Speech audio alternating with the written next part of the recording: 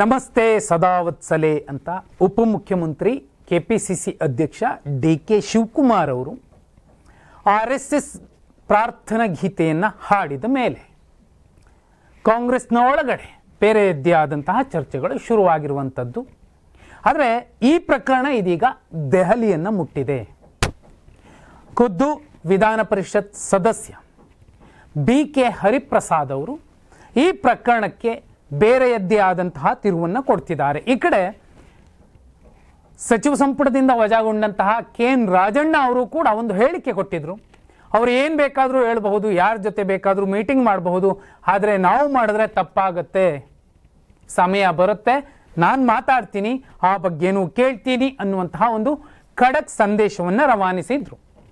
ಅದಾದ ಮೇಲೆ ಬಹುಪಾಲು ಜನ ಸಿದ್ದರಾಮಯ್ಯ ಅವರ ಅತ್ಯಾಪ್ತ ಸತೀಶ್ ಜಾರಕಿಹೊಳಿ ಅವರು ಕೂಡ ಈ ಪ್ರಕರಣದ ಬಗ್ಗೆ ಮಾತಾಡಿದ್ರು. ನನ್ನನ್ನು CM ಮಾಡ್ತಾರೆ ಅಂದರೆ ನಾನು ಕೂಡ ನಮಸ್ತೆ ಸದಾವತ್ಸಲೆ ಅಂತ ಹೇಳ್ತೀನಿ ಅನ್ನೋ ಮೂಲಕ ಒಂದು ಸುಳಿವನ್ನು ಕೊಟ್ಟಿದ್ರು.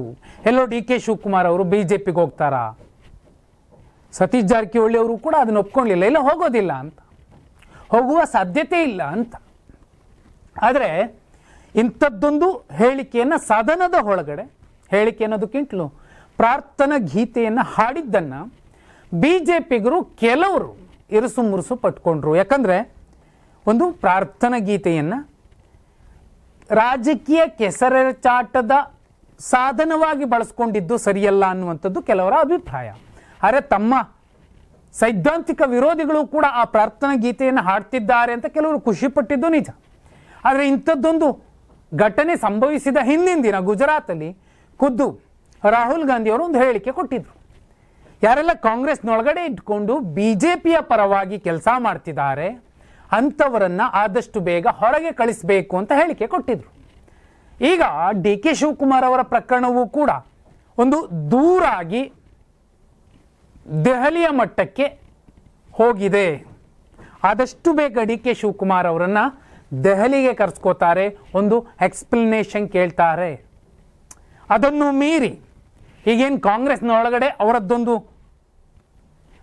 ವಿರೋಧಿ ಬಣ ಇದೆ, ಆ ಬಣ ಪಟ್ಟು ಹಿಡಿದ್ರೆ ರಾಜಣ್ಣ ಅವರ ಪ್ರಕರಣ ರೀತಿಯಲ್ಲೇ ಇವರೂ ಇದ್ದಾರೆ, ಒಬ್ಬ KPCC ಅಧ್ಯಕ್ಷರೇ ಹೀಗೆ ಹೇಳಿಬಿಟ್ರೆ ಇನ್ನುಳಿದ ಕಾಂಗ್ರೆಸ್ ಕಾರ್ಯಕರ್ತರಿಗೆ ಯಾವ ಸಂದೇಶ ಕೊಡ್ತಿದ್ದೀರಿ? ಶಾಸಕರು ಬಿಟ್ಬಿಡಿ. ಈ ಲೆಕ್ಕಾಚಾರದಲ್ಲಿ ನೋಡಿದಾಗ ಒಂದು ಕಡೆ KPCC ಪಟ್ಟ ಬೇರೆಯವರು ಕೊಡಿ, ಎರಡೆರಡು ಹುದ್ದೆ ಬೇಡ ಅನ್ನುವಂಥದ್ದೆಲ್ಲ ಚರ್ಚೆ ಏನಿತ್ತು, ಆರೋಪಗಳಿತ್ತು, ಇದೇ ರಾಜಣ್ಣ ಅವರು ಪದೇ ಪದೇ ಪ್ರತಿಪಾದನೆ ಮಾಡ್ತಾ ಬಂದಿದ್ರು.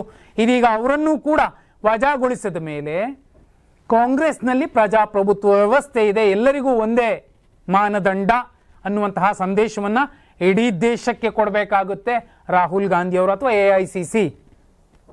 ನ್ಯಾಯ ಯಾತ್ರೆ ಅದು ಇದು ಸಾಕಷ್ಟು ಯಾತ್ರೆಗಳನ್ನು ಮಾಡುವಂತಹ ಕಾಂಗ್ರೆಸ್ ಅದೇ ಪಕ್ಷದೊಳಗಿನ ನಾಯಕರಿಗೆ ನ್ಯಾಯ ಕೊಡ್ತಿಲ್ಲ ಅಂದರೆ ಏನರ್ಥ? ಈ ಕಾರಣಕ್ಕೋಸ್ಕರ ಡಿ.ಕೆ. ಶಿವಕುಮಾರ್ ಅವರಿಗೆ ಒಂದು ಹುದ್ದೆ ಉಳಿಯುವಂತಹ ಸಾಧ್ಯತೆಗಳಿದೆ. ಈಗಾಗುತ್ತೆ, ಇನ್ನೊಂದು ವಾರದಲ್ಲಾಗುತ್ತೆ.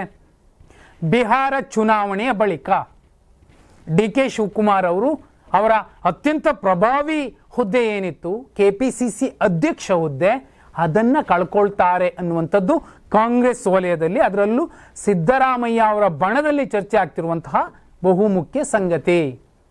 ನಮಸ್ತೆ ಸದಾವತ್ಸಲೆ ಅಂತ ಹಾಡಿದ್ದು ತಪ್ಪ, ಆದರೆ ಸೈದ್ಧಾಂತಿಕವಾಗಿ ಒಂದಷ್ಟು ವಿರೋಧ ಇರುವಂತಹ ಒಂದು ಪಾಳೆಯ ಆ ಹಾಡನ್ನು ಯಾವ ರೀತಿ, ಪ್ರಾರ್ಥನೆಯನ್ನು ಯಾವ ರೀತಿ ನೋಡುತ್ತೆ ಅನ್ನೋದು ಮುಖ್ಯ ಆಗುತ್ತೆ. ಪಕ್ಷದ ಆಚೆಗೆ ಡಿ.ಕೆ. ಶಿವಕುಮಾರ್ ಅವರು ಹೀರೋ, ಆದರೆ ಪಕ್ಷದೊಳಗೆ ವಿಲನ್ ಆಗಿ ಕಾಣ್ತಾರೆ. ದಸರಾ ಉದ್ಘಾಟನೆಯ ವಿಚಾರವಾಗಿಯೂ ಕೂಡ ಡಿ.ಕೆ. ಶಿವಕುಮಾರ್ ಅವರದ್ದು ಒಂದು ಅಪಸ್ವರ ಏನು?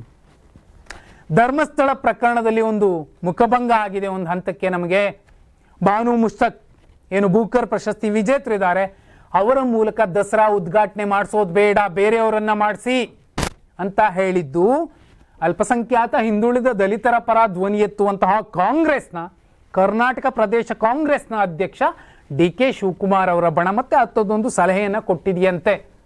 ಅಲ್ಲಿಗೆ ಡಿ.ಕೆ. ಯಾರ ಪರ ಅಂತ ಬಹುಪಾಲು ಅಲ್ಪಸಂಖ್ಯಾತರೋ ಹಿಂದುಳಿದವರೋ ದಲಿತರೋ ಪ್ರಶ್ನೆ ಮಾಡಿಕೊಂಡಾಗ ಅವರು ಇಲ್ಲ, ನೀವಂದುಕೊಂಡಂಗಲ್ಲ ಡಿ.ಕೆ. ಶಿವಕುಮಾರ್ ಅವರು ಅನ್ನುವಂಥದ್ದು ಈಗ ಚರ್ಚೆ ಆಗ್ತಿರುವಂತಹ ವಿಚಾರ. ಆದರೆ KPCC ಪಟ್ಟ ಕೂಡ ಹೋಗಬಹುದು. ಇದರಿಂದ ಸಿಂಪಲ್. ಸೈದ್ಧಾಂತಿಕ ವಿರೋಧಗಳಿರುವಂತಹ ಸಂದರ್ಭದಲ್ಲಿ ಏನು ಮಾತಾಡಬೇಕು, ಏನು ಮಾತಾಡಬಾರ್ದು ಎರಡೂ ಕೂಡ ಮುಖ್ಯ ಆಗುತ್ತೆ. ಅದೊಂದು ರಾಜಕೀಯ ದಾಳ ಅಂತ ಹೇಳಿದ್ರು ಕೂಡ ಯಾವ ವೇದಿಕೆಯಲ್ಲಿ ಹೇಳಿದ್ರಿ? ಸದನದ ಒಳಗಡೆ ದಾಖಲಾದಂಥ ಸಂಗತಿ ಅದು. ಹಾಗಿದ್ರೆ DK ಶಿವಕುಮಾರ್ ಅವರು ಹಾಡಿದ್ದು, ಮಾತಾಡಿದ್ದು, ಮಾಡುವಂಥದ್ದು ಸರಿ, ಒಬ್ಬ ರಾಜಣ್ಣ ಮಾಡಿದ್ದು ತಪ್ಪು ಅನ್ನೋದಾದರೆ DK ಶಿವಕುಮಾರ್ ಅವ್ರಿಗೂ ಕೂಡ ಅದೇ ಮಾನದಂಡ ಬಳಸುತ್ತಾ ಕಾಂಗ್ರೆಸ್? KPCC ಅಧ್ಯಕ್ಷ ಸ್ಥಾನದಿಂದ ಅವರನ್ನು ಇಳಿಸಿದ್ರೆ ಆ ಜಾಗಕ್ಕೆ ಯಾರನ್ನ ತಂದು ಕೂರಿಸಬಹುದು? ಇದೇ ರಾಜಣ್ಣ ಅವರನ್ನ. ಚರ್ಚೆ ನಡೀತಿದೆ. ನೀವೇನಂತೀರಾ? ಕಮೆಂಟ್ ಮಾಡಿ.